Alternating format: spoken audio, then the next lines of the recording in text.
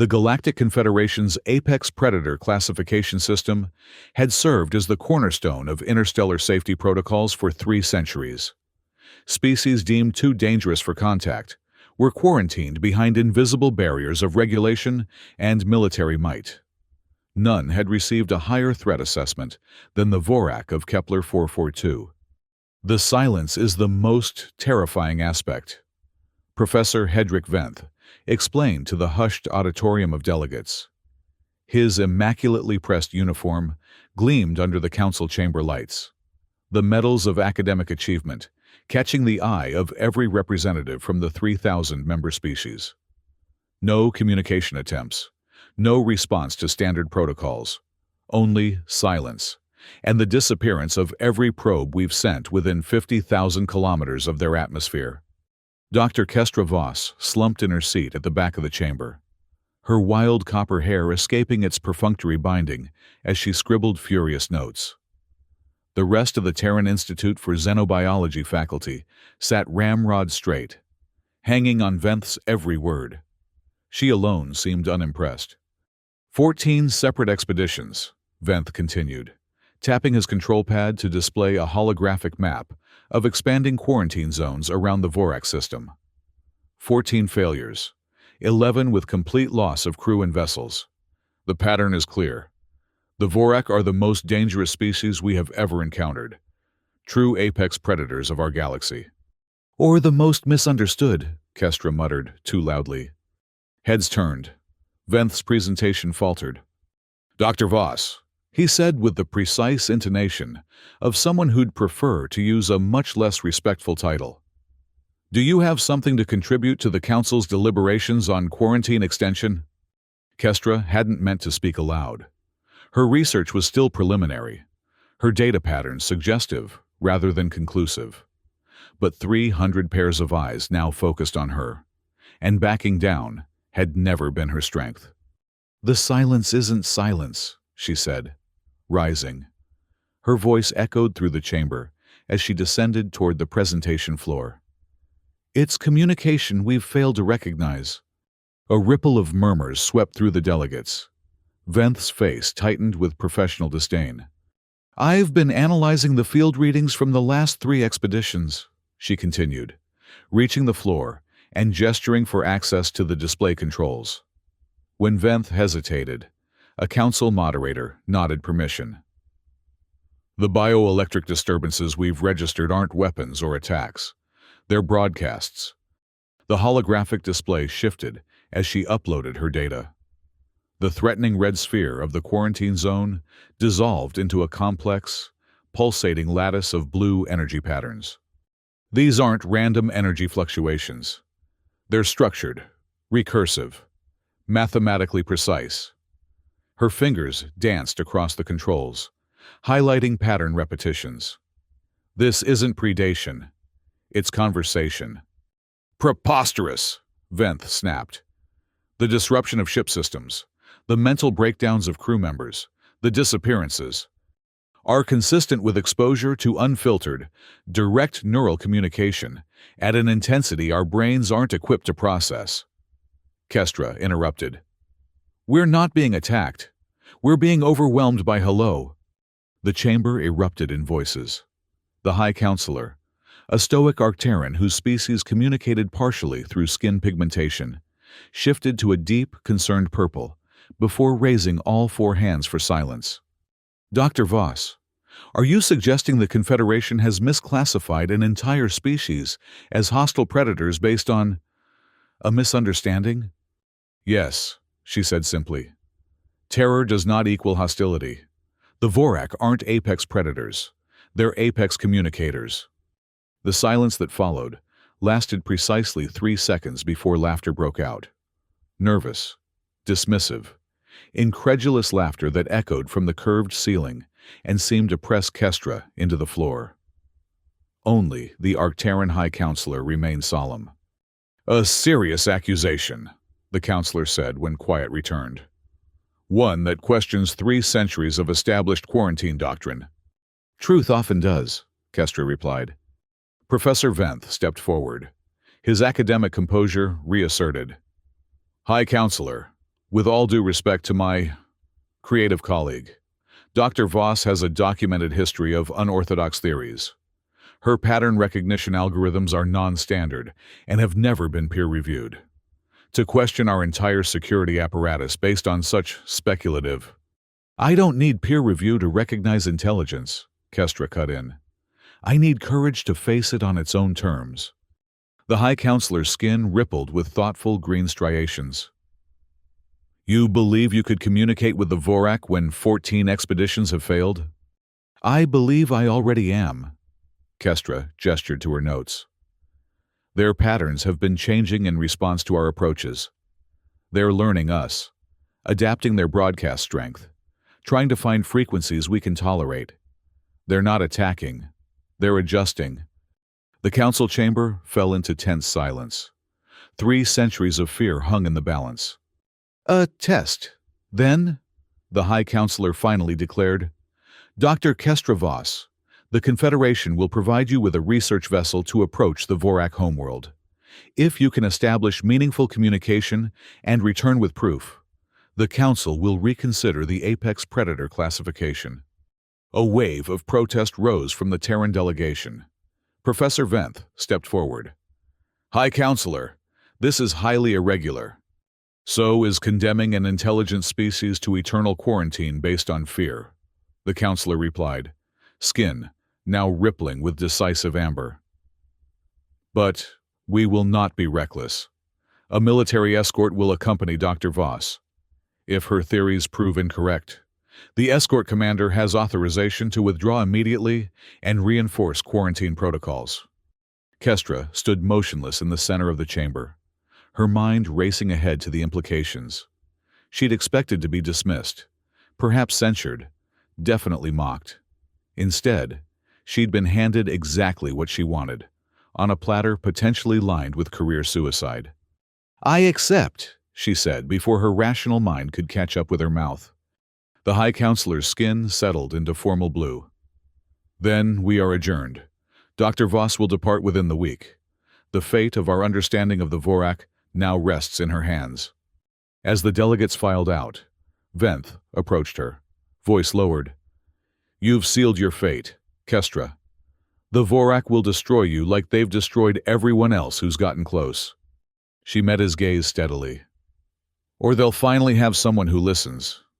The research vessel, Intrepid, hung in space, like a slender silver needle, its sleek hull betraying none of the tension that vibrated through its corridors. Commander Adriana Zorin stood at the bridge viewport, hands clasped behind her back, watching the approaching shuttle with thinly veiled skepticism. Our passenger arrives, she announced to no one in particular.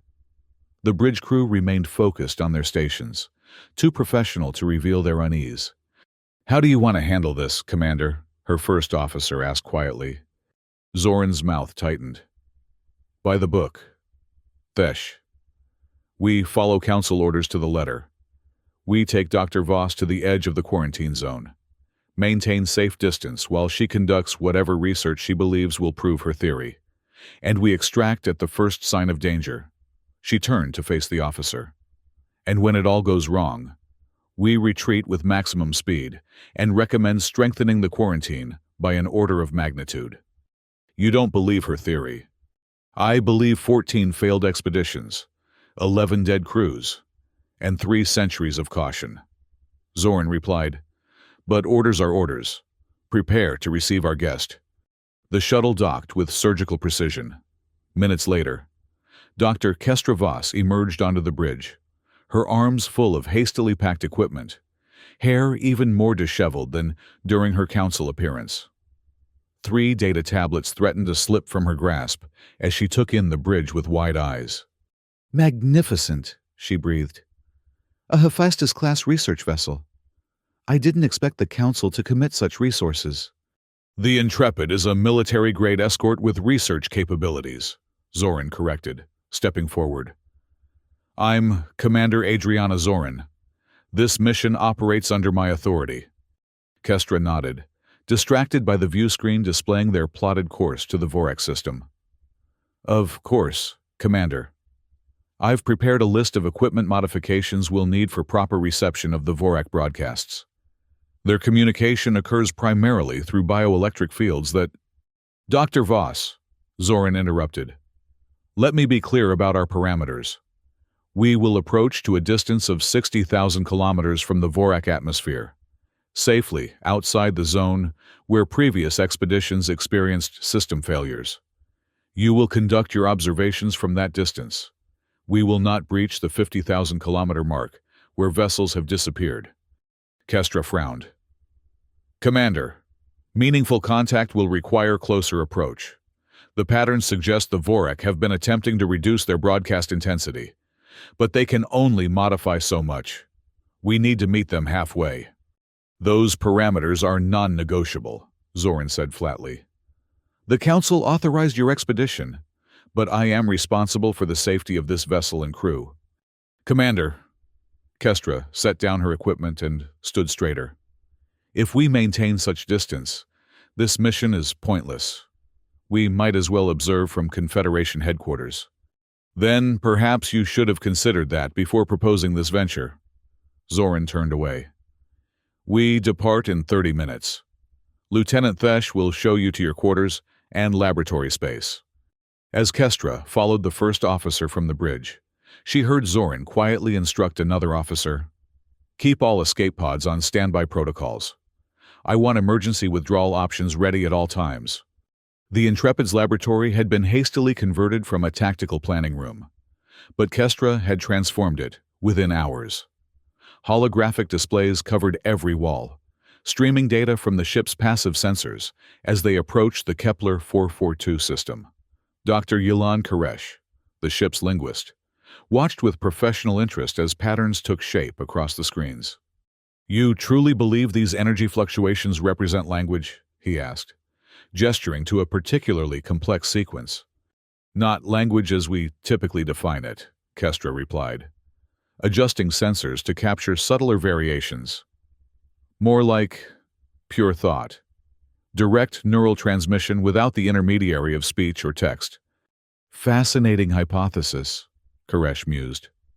Though it contradicts everything we understand about cross-species communication, even telepathic species require some form of consensual contact. What if consent is assumed? Kestra suggested, eyes never leaving her displays. What if the Vorak exist in a state of constant communion? Imagine a species that never evolved to be alone in their minds. For them, broadcasting might be as natural as breathing, and the idea of closed, private consciousness might be as alien as their openness is to us. A terrifying prospect for most sentience, Koresh observed. Terror born of misunderstanding, Kestra countered. We fear what we don't comprehend. The ship's intercom crackled. Dr. Voss to the bridge, Commander Zoran's voice announced. We're approaching the outer marker of the quarantine zone. On the bridge, tension had solidified into something almost tangible. The crew moved with precise, measured gestures, too aware that they were approaching space where 11 predecessor crews had vanished without trace. 70,000 kilometers from Vorak atmosphere, the navigation officer reported. Quarantine boundary in 3 minutes. Zoran nodded to Kestra as she entered. Your moment approaches. Doctor, all sensors are directed toward the Vorak homeworld as requested. We will hold position at 60,000 kilometers as previously discussed.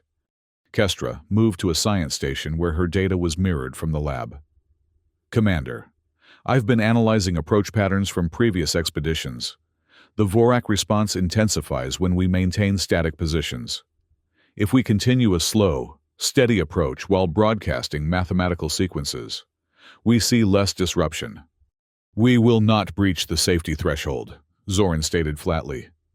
The threshold is arbitrary, Kestra insisted. The pattern suggests— Crossing quarantine boundary, the navigation officer interrupted. A subtle vibration passed through the ship, not physical, but something felt in the mind. Several crew members flinched. On the sensor displays, energy readings spiked dramatically. They've noticed us, Kestra whispered, excitement bleeding through her professional demeanor. Bioelectric field intensity increasing, the science officer reported, tension evident in his voice. Approaching levels that affected previous expeditions. Hold course, Zoran ordered. Maintain approach to 60,000-kilometer mark. Kestra's fingers flew across her console. The pattern is shifting, responding to our presence. It's more ordered than previous recordings. She looked up, eyes bright with discovery. They're modulating, Commander, adjusting their output to something they think we can process. Or preparing to disable our systems like they did to 11 other crews, Zoran countered. 55,000 kilometers, navigation announced. The mental pressure increased. Around the bridge, crew members shifted uncomfortably. One ensign removed her headset, pressing fingers to her temples. They're trying to connect, Kestra insisted. But they don't understand our limitations. We need to respond. Show them we recognize their attempts. And how do you propose to do that? Zoran demanded. Kestra activated the ship's electromagnetic array. By echoing their patterns back. Simplified, structured, basic mathematical sequences they can recognize as intentional communication. Dr. Voss, Zoran warned, you are not authorized to broadcast. 60,000 kilometers, navigation called out. Holding position. We need to continue, Kestra argued. The response is stronger now, more focused. They're learning, adjusting to our presence. Several display panels flickered. A low-level alarm chimed from the engineering station. Minor power fluctuations in secondary systems, the engineer reported. Nothing critical, but outside normal parameters. It's beginning, Zoran said grimly. Just like the reports described. First minor systems, then cascading failures, then complete shutdown. She turned to Kestra. Your theory is disproven. Doctor, we are experiencing the exact phenomena that preceded the destruction of previous expeditions. No, Kestra insisted, scanning the incoming data. The pattern is different, more controlled. Previous expeditions reported chaotic energy surges. This is structured, responsive to our presence. I've heard enough, Zoran decided. Helm, reverse course. Take us back beyond the quarantine boundary. Commander, please, Kestra pleaded. We're on the verge of breakthrough. Let me continue broadcasting response patterns for just... That wasn't a request, Doctor, Zoran cut her off. This mission is terminated. As the helmsman engaged thrusters, the ship shuddered. More systems flickered, the mental pressure intensified, and several crew members grimaced in discomfort. They're responding to our withdrawal, Kestra said urgently. They think we're rejecting them. The broadcast is intensifying because they're trying harder to reach us before we leave. Proof that retreat is our only option, Zoran countered. Maximum thrust. Kestra stared at her readings, mind racing through possibilities. Everything happening matched her predictions, not evidence of attack, but of increasingly desperate attempts at connection. The Vorak were trying every frequency, every pattern, searching for something that would make the strange visitors understand. She made her decision in an instant. I need access to the emergency shuttle, she announced. Zoran didn't even turn from the view screen. Denied. We're withdrawing from the quarantine zone. Commander, Kestra said, her voice suddenly calm with certainty. I believe I can establish direct communication with the Vorak, but I need closer approach than you're willing to authorize for the Intrepid. Now, Zoran turned, expression incredulous. You want to take a shuttle deeper into the quarantine zone, alone? Yes. Absolutely not. The Council authorized this mission to test my theory, Kestra reminded her. You're preventing that test from being completed. My primary responsibility is the safety of this vessel and crew. And I'm volunteering to proceed alone, removing any risk to your crew. Kestra countered. One shuttle, one person. If I'm wrong, you lose nothing but an emergency craft. If I'm right, we make the greatest diplomatic breakthrough in Confederation history. The bridge had gone silent. Every crew member watched the confrontation with tense attention. And if you disappear like 11 other expeditions? Zoran asked quietly. Then you were right, and I was wrong, Kestra admitted. The quarantine stands, strengthened by my failure. But if you force retreat now, we'll never know the truth. Commander Zoran studied her for a long moment. The ship continued its withdrawal, the mental pressure gradually subsiding as they retreated. You truly believe they're trying to communicate, she said finally. It wasn't a question. With every fiber of my being, Kestra replied. Zoran turned to her security chief. Escort Dr. Voss to Shuttle Bay 2. Prepare an emergency craft with basic life support and communication systems. She faced Kestra again. You will maintain constant communication with the Intrepid. You will withdraw at the first sign of system disruption, and you will return within 12 hours, regardless of results. Are these terms acceptable? Completely, Kestra agreed, already gathering her equipment. Doctor, Zoran added, as Kestra reached the bridge exit. If you're wrong about this, no one will ever know what happened to you. Kestra paused, then nodded. And if I'm right, no one will ever think about the universe the same way again. The emergency shuttle separated from the Intrepid with a gentle push of maneuvering thrusters. Inside the cramped cockpit, Kestra verified life support systems and activated her recording equipment. The bioelectric patterns grew stronger as she adjusted course toward the Vorak homeworld. Intrepid, this is Voss, she reported. Proceeding on approach vector. Bioelectric field intensity increasing, but remains within predicted parameters. Copy, Doctor. Commander Zoran's voice replied, tension evident even through the comm static. You are approaching the 50,000-kilometer threshold. No expedition has returned from beyond that point. Acknowledged, Kestra said calmly, though her heart hammered against her ribs.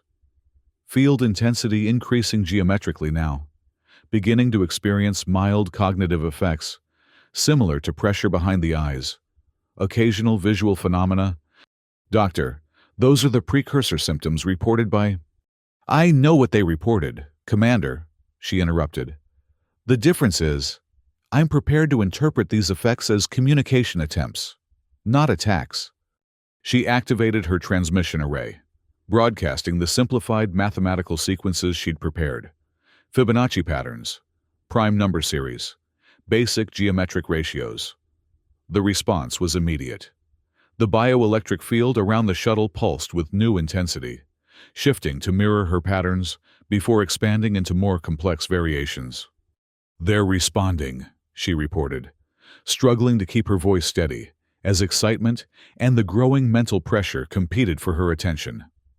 Direct mathematical dialogue. They're demonstrating pattern recognition and extension. Your shuttle systems are showing power fluctuations, Zoran warned, similar to what we experienced on the Intrepid. Expected, Kestra replied, adjusting controls to compensate. The bioelectric field interfaces with electronics, not attack, side effect of their natural communication method.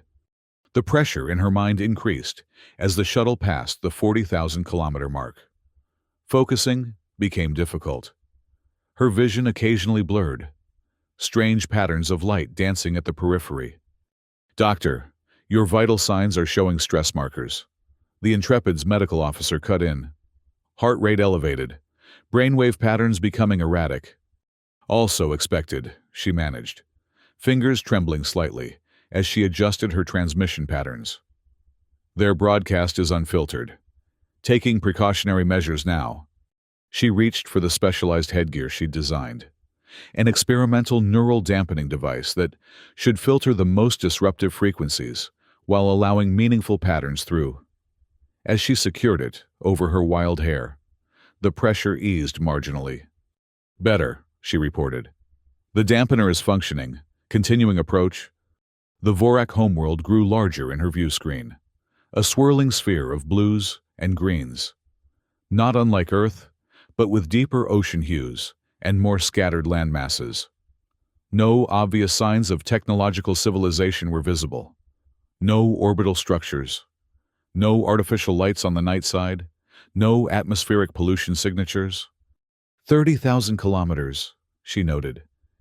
Field intensity stabilizing. I think they're recognizing my limitations and adjusting their broadcast strength. Doctor, we're detecting unusual atmospheric phenomena around your projected landing zone, Zoran reported.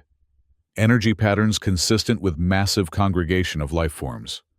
They're gathering, Kestra whispered, awe in her voice. They know I'm coming. The shuttle shuddered as it hit the upper atmosphere.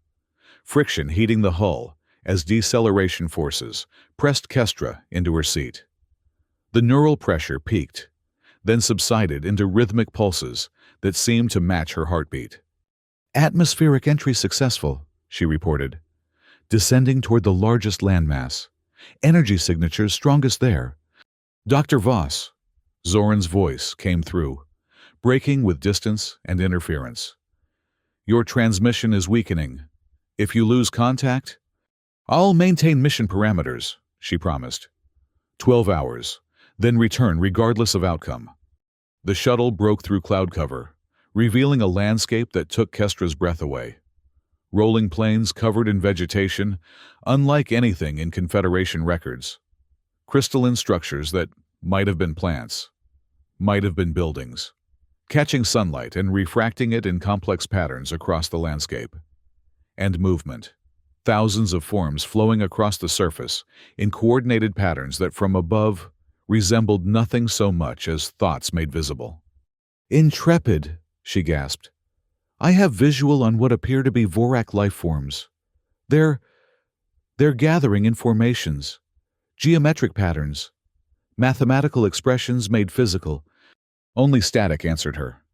Intrepid, do you copy? Silence. She was truly alone now. The shuttle systems guided it to a landing in a vast circular clearing that hadn't been there moments before. The Vorak had created a landing zone by coordinating their movements. Thousands of entities shifting position to form a perfect circle. Kestra activated the external cameras, capturing images of the gathering entities. They defied easy description, roughly bipedal, but with flowing, almost liquid grace. Their bodies semi-transparent and pulsing with internal light that shifted in patterns matching the bioelectric field surrounding her shuttle. No clear sensory organs were visible, no obvious mouths or eyes. Yet she felt observed, studied, welcomed. Her hands shook as she sealed her environmental suit and verified life support. The neural dampener was integrated into her helmet, protecting her from the full intensity of the Vorak communication while allowing filtered interaction. With a deep breath, she cycled the airlock and stepped onto the surface of a world no human had ever touched. The ground beneath her boots had the consistency of firm moss, slightly yielding but supportive.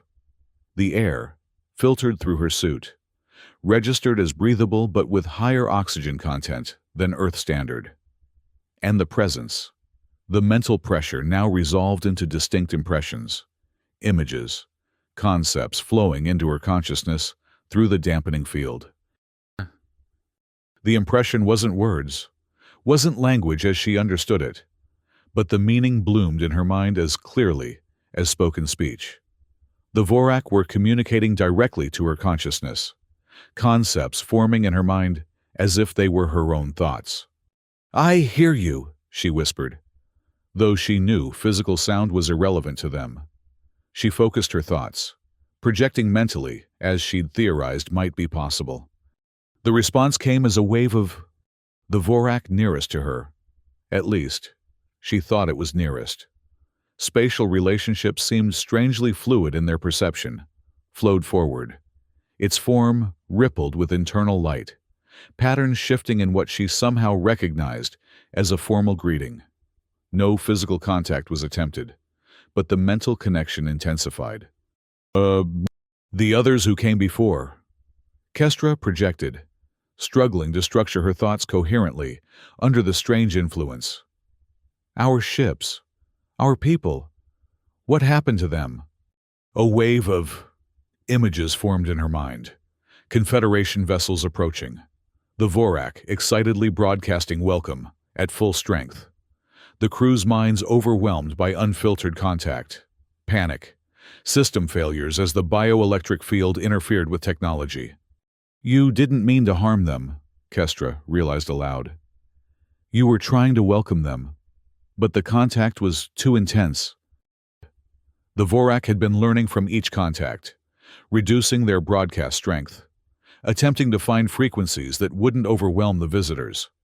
But without feedback, without anyone recognizing their attempts as communication, they had been forced to learn through trial and error. And the missing ships, the crews? More complex impressions flowed. Some vessels had fled, systems partially compromised. Others had crashed when their technology failed. The Vorak had attempted to rescue survivors, bringing them to safety, trying to communicate. But the mental contact had been too overwhelming for unprepared minds. Some had died from the physiological stress. Others had eventually adapted partially, living among the Vorak, but never able to return or communicate with the Confederation. "There are survivors," Kestra gasped. "Here, now?" Can I see them? Speak with them?"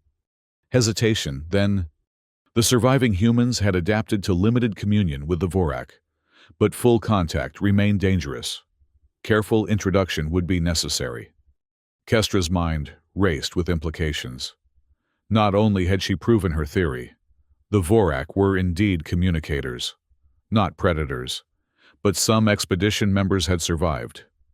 The Confederation had abandoned its own people based on misunderstanding. "I need to report this," she told the Vorak, gesturing to her shuttle. "My people need to know the truth." The Vorak surrounding her shifted formation. The bioelectric field intensified, but in a focused beam directed upward, toward where the Intrepid waited beyond the atmosphere. Inside her shuttle, communication systems suddenly flared to life, strengthened by the Vorak's directed energy. "Intrepid, this is Dr. Voss," she called urgently. "Do you copy?" After a moment of static, Commander Zoran's voice broke through, incredulous. "Dr. Voss? We thought you were lost. Your shuttle disappeared from our sensors 20 minutes ago." "I'm alive and on the surface," she reported, excitement making her voice shake. "Commander, my theory was correct. The Vorak are not predators. They're communicators. They've been trying to make contact for centuries. The lost expeditions weren't attacked. They were overwhelmed by unfiltered communion attempts." Silence followed, then. "You've spoken with them." "I'm speaking with them now," Kestra confirmed. "They communicate through direct neural transmission. My dampening field allows controlled interaction. And Commander, there are survivors from previous expeditions, humans who adapted to limited communion. We abandoned our own people." The silence stretched longer this time. "Commander," Kestra pressed, "I need you to relay this information to the Confederation Council immediately. The quarantine must be reconsidered. The Vorak aren't a threat. They're potentially our greatest allies in understanding the galaxy. Their mode of consciousness, their perception, it's beyond anything in our records." "Doctor," Zoran finally responded, her voice carefully measured, "the Council will require proof before reconsidering a 3-century quarantine protocol." "I'm recording everything," Kestra assured her. "Visual, neurological, all sensor data.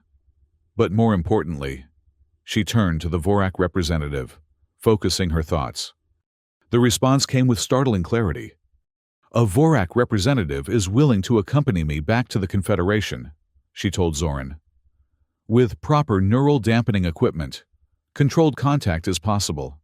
Commander, this changes everything we thought we knew about apex species classification."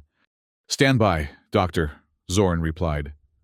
Her voice returned minutes later, tension replaced with something like awe. "The Council has been notified. They're convening an emergency session. Dr. Voss, you're ordered to gather all possible data and return with your findings.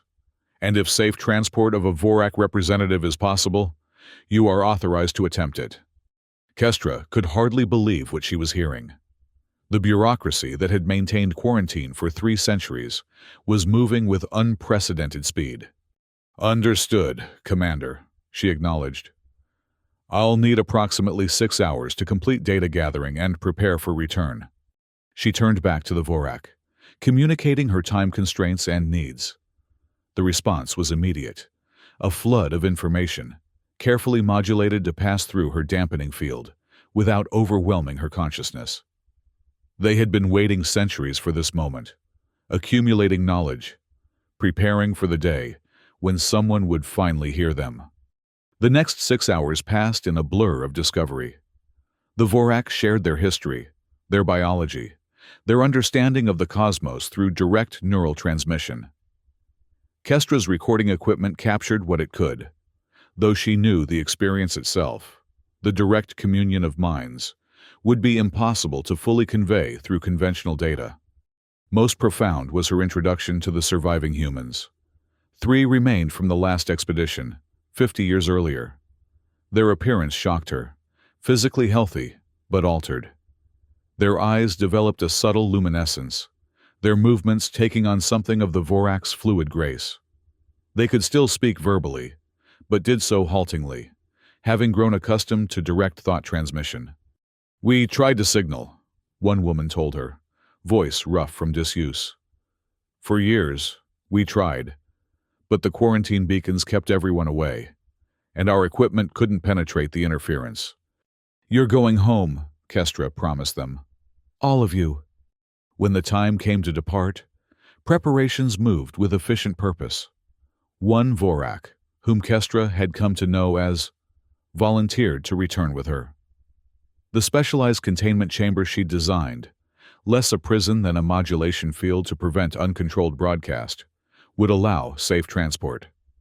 The survivors were given neural dampeners similar to Kestra's, allowing them to readjust gradually to verbal communication and sensory isolation. As her shuttle lifted off, the Vorak on the surface arranged themselves into a vast geometric pattern, visible from orbit, a farewell and a promise of continued communion. The bioelectric field strengthened her communications once more, ensuring clear contact with the Intrepid as she ascended. Commander Zoran was waiting in the shuttle bay when they docked. Her face, a study in conflicted emotions, lingering skepticism battling with the evidence of Kestra's safe return with survivors, long thought dead. "Commander," Kestra greeted her, removing her helmet as the airlock cycled. "May I introduce you to the 3 surviving members of the Horizon expedition, and our guest, a Vorak representative who has volunteered to help establish communication protocols." Zoran stared at the containment chamber, where the Vorak's form pulsed with gentle light. Then, at the 3 altered humans, who stood uncertainly in the unfamiliar environment. "Dr. Voss," she said finally, "it appears I owe you an apology." "You followed protocol," Kestra replied simply. "But now we change the protocol." News traveled faster than their ship. By the time the Intrepid returned to Confederation space, every major world was buzzing with reports of the breakthrough. Quarantine doctrine that had stood unchallenged for centuries was suddenly the subject of fierce debate. Security agencies warned of potential catastrophe. Xenobiologists clamored for access to the revolutionary data. Philosophers questioned the implications of a species that existed in constant mental communion. The council chamber, that had witnessed Kestra's defiant hypothesis, now overflowed with delegates and observers when she returned to present her findings. Professor Venth sat rigid in the front row, his expression unreadable as she approached the presentation floor. "Dr. Kestra Voss," the Arcteran High Counselor greeted her, skin glowing with formal gold recognition patterns. "The Confederation awaits your report on contact with the Vorak species." Kestra stood straighter, acutely aware of the historical significance of the moment. Behind her, the 3 Horizon survivors waited within its modulated containment field. "High Counselor, esteemed delegates," she began, "I come before you to present evidence that will fundamentally alter our understanding of interspecies, contact, and classification protocols." The chamber fell silent as she methodically presented her findings. The nature of Vorak communication, the misinterpretation of their contact attempts as attacks, the survival of expedition members, and most significantly, the vast knowledge the Vorak had accumulated through their unique form of consciousness. They don't merely communicate differently, she explained. They perceive reality differently. Their consciousness exists partially beyond individual boundaries, allowing sharing of knowledge, experience, and perspective impossible for most Confederation species. What we perceived as silence was actually a universe of thought, too intense for our minds to process. She activated the neural transmission recordings, filtered through algorithms that translated the pure thought patterns into visual and auditory representations the delegates could comprehend. Gasps echoed through the chamber as the depth and complexity of Vorak thought became evident. With proper modulation technology, she continued, controlled communion is possible. The potential for knowledge exchange is unprecedented.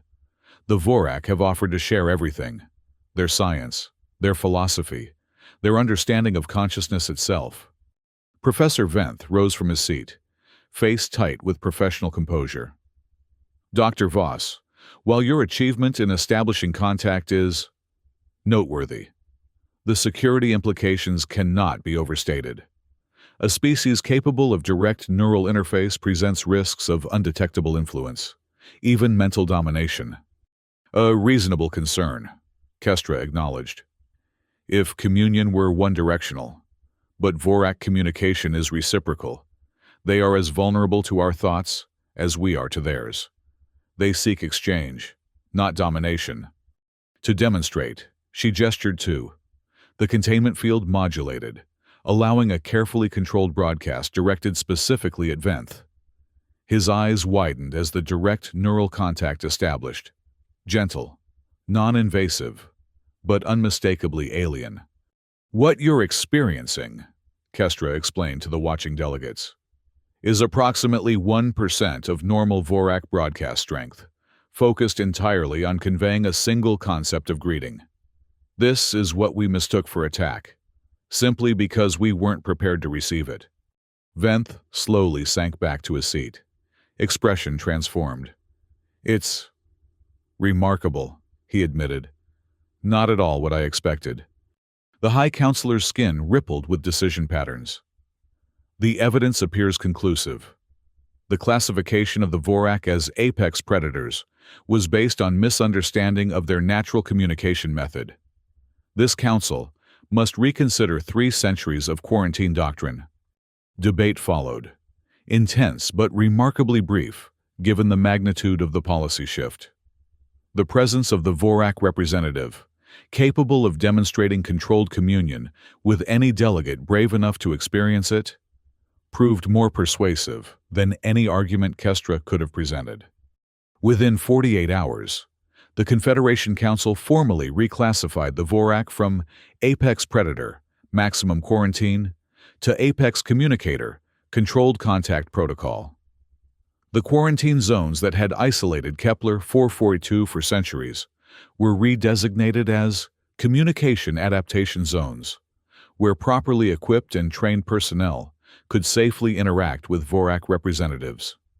Kestra found herself appointed as Special Ambassador for Apex Communicator Relations, a position created specifically for her unique expertise and demonstrated ability to bridge the gap between thought paradigms. You were right, Professor Venth told her at the appointment ceremony. Professional rivalry giving way to genuine respect. Where we saw terror, you saw possibility. Terror and wonder often look the same from a distance, she replied. The difference is whether we approach or retreat. 1 week after her return from Vorak space, Kestra stood at the viewport of the Confederation's diplomatic vessel Unity, watching stars streak by as they traveled toward Kepler 442. This time, no quarantine beacons marked the approach. No military escort bristled with weapons.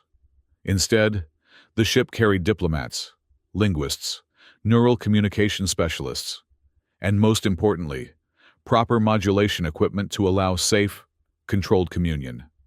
joined her at the viewport, its containment field now reduced to minimal protection, as the diplomatic team had begun adaptation training. Came the carefully modulated thought. Yes, Kestra agreed, smiling. A new beginning for all of us. The Vorak homeworld grew larger in the viewport, no longer a forbidden zone of terror, but a destination of limitless possibility. Where 14 expeditions had failed, where centuries of fear had built barriers of regulation and military might. One scientist's willingness to listen differently had opened the cosmos to new understanding. They had called her mad for touching the apex predator. Now, she was the ambassador of silence, the silence that had never been silence at all, but a conversation humanity had finally learned to hear.